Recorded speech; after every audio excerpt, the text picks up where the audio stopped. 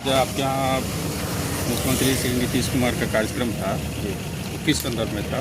ये अपना पहले परिचय ना सर। मैं जीएम हूँ BSRDCL में, और इस परियोजना का पर्यवेक्षण मैं ही करता हूँ जीएम स्तर पे।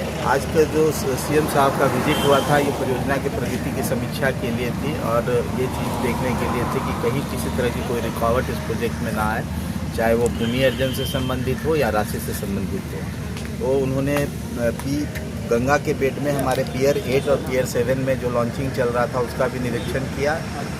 निरीक्षण की शुरुआत हमारे जो NH से जंक्शन शुरू होता है करजान के पास, वहाँ से उन्होंने शुरू किया। वहाँ से हमारा ओल्ड NH पे होते हुए और हमारे कास्टिंग यार्ड तक गए। वहाँ पे P7 P8 का जो इलेक्शन हो रहा था उसको देखा उन्होंने, प्रगति पे संतोष जाहिर किया और बोला कि इस परियोजना को हर हालत में अगले वर्ष पूरा करना है।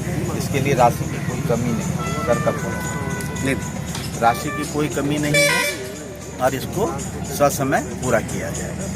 क्या अंदाज़ा लगाया जा सकता है कि कब तक आप लोग अगले वर्ष में हम लोग इसको पूरा करने का लक्ष्य रखते हैं। प्रयास भी यही है कि अगले वर्ष इसको पूरा कर दिया जाए।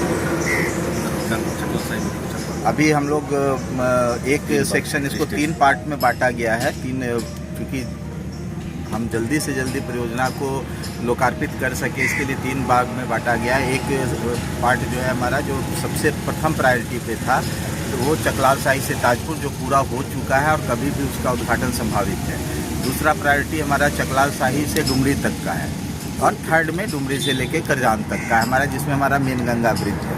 तो प्रायोरिटी 1 हम लोग कंप्लीट कर चुके हैं। प्रायोरिटी 2 को भी इस साल में पूरा कर लेने का लक्ष्य है, और अगले साल प्रायोरिटी 3 यानी इंटायर प्रोजेक्ट को अगले वर्ष पूरा कर लिया है। इस योजना से रिलेटेड जितने भी किसान हैं, क्या उनकी समस्याएं दूर हो चुकी है?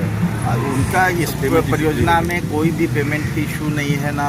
कोई बिल्डिंग, अगर किसी का घर रिप्लेस हो रहा है उनको भी भुगतान किया जा चुका है। ईंट के भट्टे भी स्थापित हुए हैं, चापाकल, बोरिंग, जितने भी चीज़ों को हम लोग हटा रहे हैं, सारी चीज़ों का भुगतान हो चुका है।